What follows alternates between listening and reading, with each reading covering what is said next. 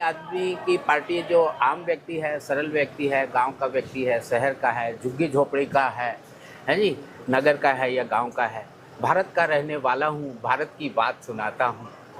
तो भारतीय लोगों के लिए ये पार्टी बनी। अन्याय, अत्याचार, जुल्म और शोषण के खिलाफ दिल्ली की महान जनता जनार्दन ने, जहां पर छत्तीसगढ़ भी रहता है, छत्तीसगढ़िया भी रहते हैं, आदिवासी लोग उड़ीसा के भी रहते हैं, आंध्रा, उड़ीसा, कर्नाटक, तमिलनाडु, गोवा, दीव, दमन, अंडमान निकोबार, आप यूपी, मध्य प्रदेश, बिहार, सबके लोग दिल्ली राष्ट्रीय राजधानी में रहते हैं, जो देश की राजधानी है। उस राजधानी में तख्ता पलटने का काम केजरीवाल ने, जो पब्लिक का एक आम आदमी का सिपाही था, आम आदमी का पार्टी था, उसने किस तरह से एक क्रांति दी है, एक नई बगावत दी है। जयप्रकाश नारायण ने क्रांति का आह्वान करते हुए कहा था इंदिरा गांधी को, सिंहासन खाली करो कि जनता आती है। केजरीवाल ने एक बार ये कर दिखाया और बड़े बड़े दिग्गजों को, अटल जी की पार्टी थी, अडवाणी जी की पार्टी थी, मुरली मनोहर जोशी और हमारी बहन, क्या नाम था उनका, सुषमा स्वराज जी भी दिल्ली की चीफ मिनिस्टर रही। सुषमा जी मेरी बहन थी, मेरे बहुत अच्छे रिश्ते थे, परिवार उनकी बेटी भी है। तो सुषमा जी भी आई, मगर कहाँ गए वो लोग? दिल वाले दुल्हनिया ले जाइए, एक फिल्म आई थी। तो जो जीत गया वही सिकंदर है। आम आदमी ने करके दिखा दिया, केजरीवाल ने करके दिखा दिया। सर, डॉक्टर मनीष यादव जी का, डॉक्टर मनीष यादव मेरे क्लास फेलो, मेरे अंतरंग अभिन्न निकटतम मित्र, उनका बेटा है। हम साथ पढ़े थे, इसलिए ये मेरे बेटे की तरह से हैं। युवा नेता हैं, क्रांतिकारी नेता हैं, जज्बाती नेता हैं। दिल की गहराइयों से इनकी आवाज़ आती है। कभी कभी मेरे दिल में ख्याल आता है कि मेरे देश के नेता ऐसे नौजवानों के हाथों में हो, जो अर्जुन की तरह से हो, जो भीम की तरह से हो, भगवान राम और कृष्ण की तरह से हो, या लक्ष्मण की तरह से नजर आता है ये। तो आप आज़ादी का तो सबसे बड़ा संदेश गांधी जी का ये है कि एक छोटा सा गांव का गरीब, यतीम, हरिजन भाई, गिरिजन भाई, वैष्णव जन तो तेने कहिए, जो पीर पराई जाने रे। गांधी जी कहते हैं, गांधी जी के सपनों का भारत है ना, हर गांव में हरिजन चौपाल बन रही। क्लोज करो। हाँ,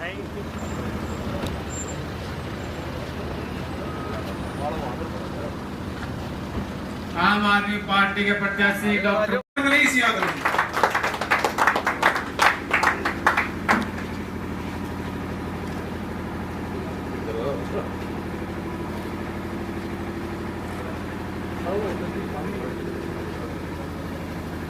डॉक्टर साहब का जोरदार स्वागत किया है गांव वालों ने, बहुत बहुत धन्यवाद। जोरदार तालियां बजाएं डॉक्टर साहब के लिए। जाटवास गांव के मेरे सम्मानित बुजुर्गों, नौजवान साथियों, आप सबको हाथ जोड़कर राम राम नमस्कार।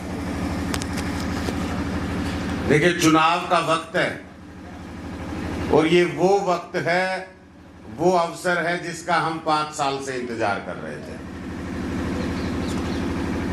पिछले 5 साल में हर नुक्कड़ पर, हर सभा में, हर जगह जहां 2-4 साथी इकट्ठे हो जाते थे तो एक ही चर्चा होती थी कि भाई बदलाव होना चाहिए। महेंद्रगढ़ बहुत पीछे चला गया। 45 साल की इस राजनीति में आज महेंद्रगढ़ की जो हालत है, यहाँ की जो सड़कें, यहाँ के जो स्कूल, यहाँ की गांव की गलियां, यहाँ के सरकारी दफ्तरों में मनमानी, अस्पताल, हर जगह पे आम आदमी जब जाता था तो खाली हाथ लौट के आता था।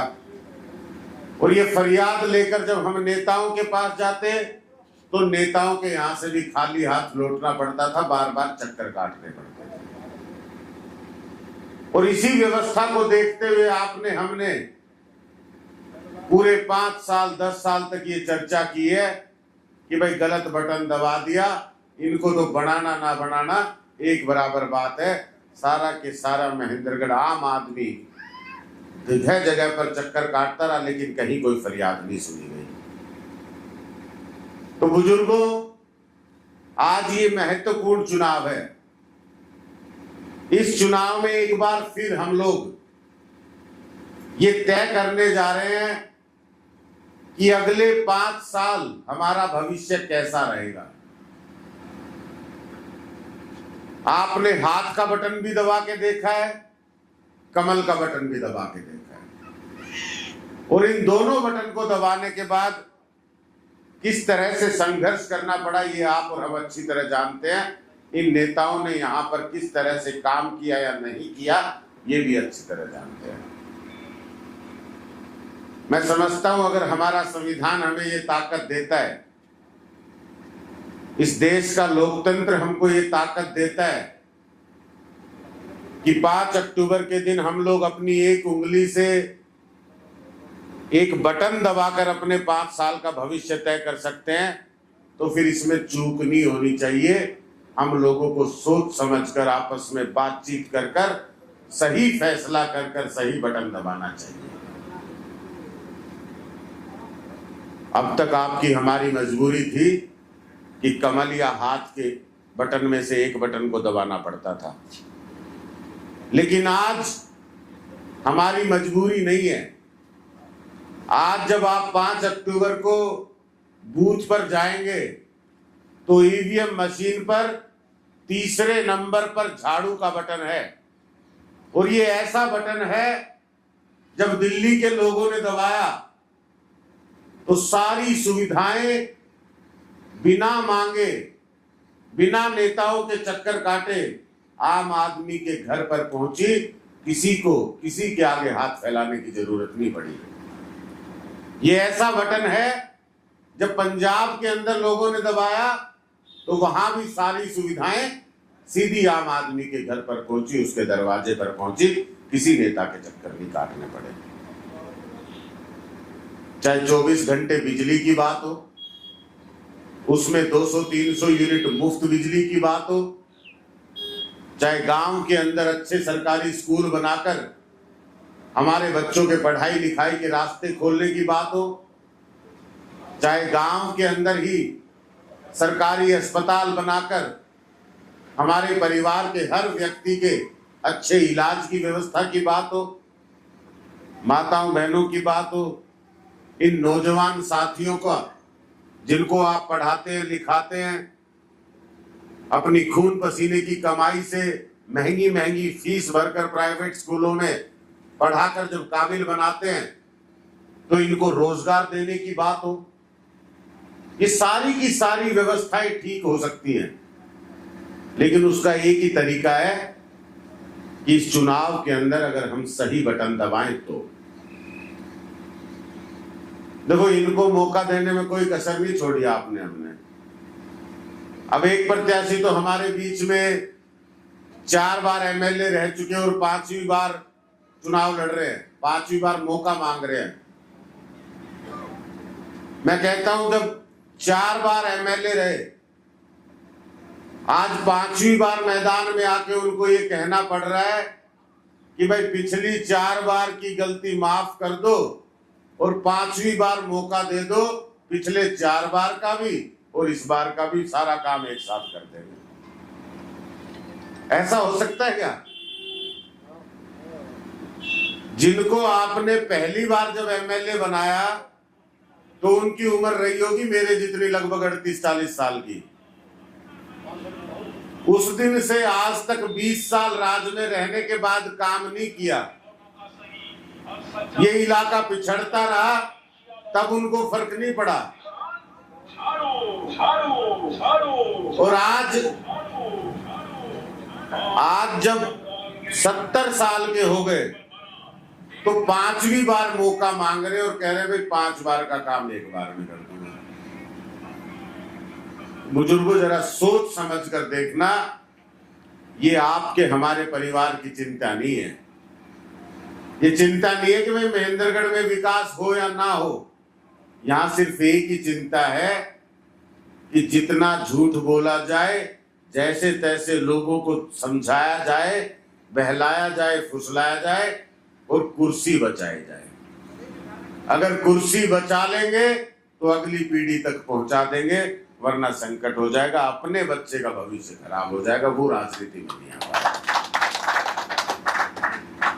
तो मैं तो आपसे इतना ही निवेदन करने आया हूं, हमने ये प्रयास किया है कि अपने इलाके के पिछड़ेपन को देखते हुए, यहाँ के नेताओं का जो हमारे साथ व्यवहार था उसको देखते हुए, जो अधिकारियों का व्यवहार था उसको देखते हुए, और जो विकास के रास्ते बंद पड़े थे उसमें हमने पिछले समय में जब भी जरूरत पड़ी ये कोशिश की कि सड़क पर उतरकर संघर्ष करें, अपनी आवाज, इलाके की आवाज, आम लोगों की जरूरत को सरकार तक पहुंचाने के लिए अपनी आवाज बुलंद करें।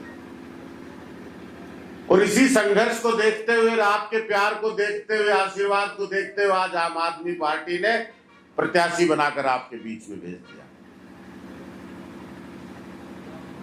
एक ही सपना है कि आप और हम इस चुनाव को बेकार ना जाने दें, और इस चुनाव को बेकार ना जाने देने से मेरा मतलब है कि पुरानी गलतियां फिर से ना दोहराएं। ये मौका हमें 5 साल में दोबारा मिलेगा, और 5 साल में हम कितना पीछे और चले जाएंगे इसकी कल्पना आप अच्छी तरह कर सकते हैं, क्योंकि 45 साल से हम ये चीज देखते आ रहे, बार बार भुगतते आ रहे हैं। तो आपसे ये प्रार्थना करता हूं, ये निवेदन करता हूं कि अपनी 36 बिरादरी गांव का पूरा भाईचारा बैठकर खूब राय मशवरा करके ये फैसला करो कि भाई महेंद्रगढ़ के लिए, गांव के लिए, अपने परिवार के लिए, अपने बच्चों के लिए क्या ठीक है। क्या फिर से इनकी चकाचौंध देखकर इनके बटन दबा दे और 5 साल तक ये अपने मनमाने अपने परिवार का भला करते रहे, अपने रिश्तेदार का भला करते रहे, अपने करीबियों का भला करते रहे, या फिर इस बार आम लोगों की ताकत बनाने के लिए झाड़ू का बटन दबाएं। ये फैसला आपको करना है। मैं सिर्फ विनती कर सकता हूं कि आप 36 बिरादरी का भाईचारा आपस में बैठकर चर्चा जरूर करें।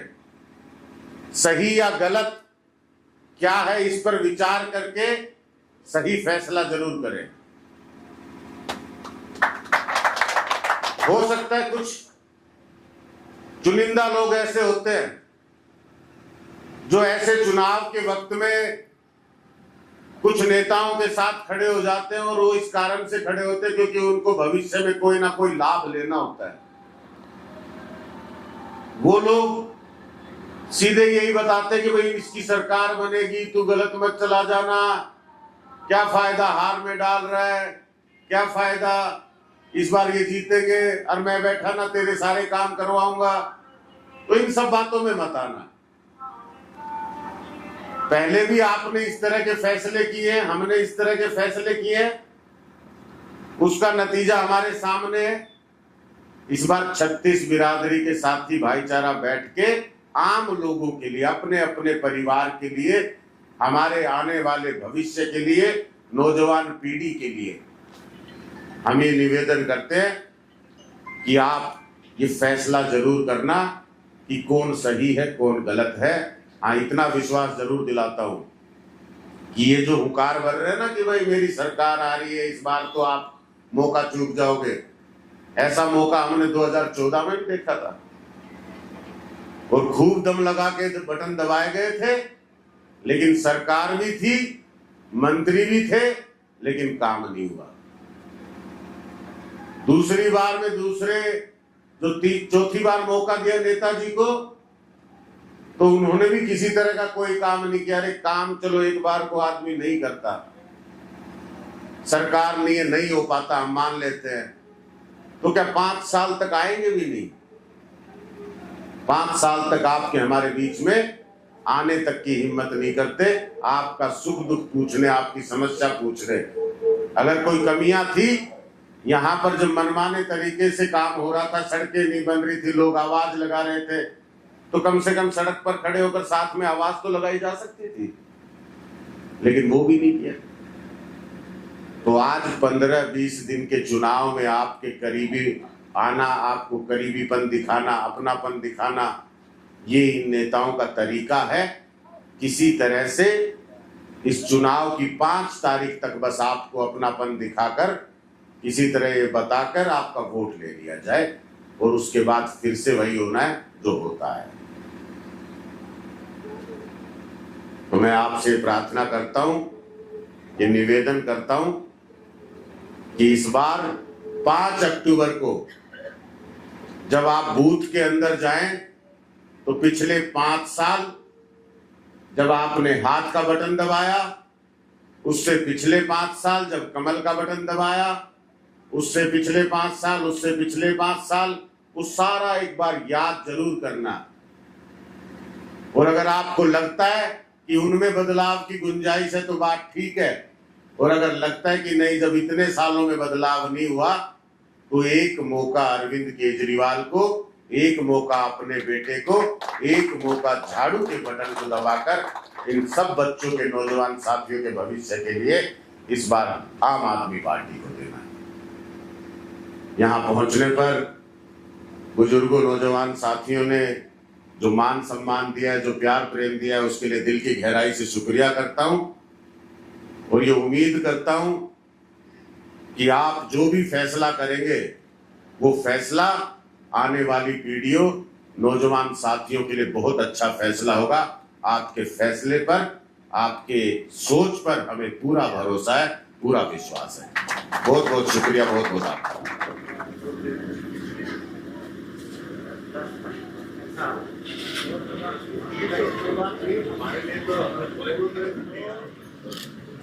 का जो दौरा चल रहा होगा उसकी बात सुन रहे हैं।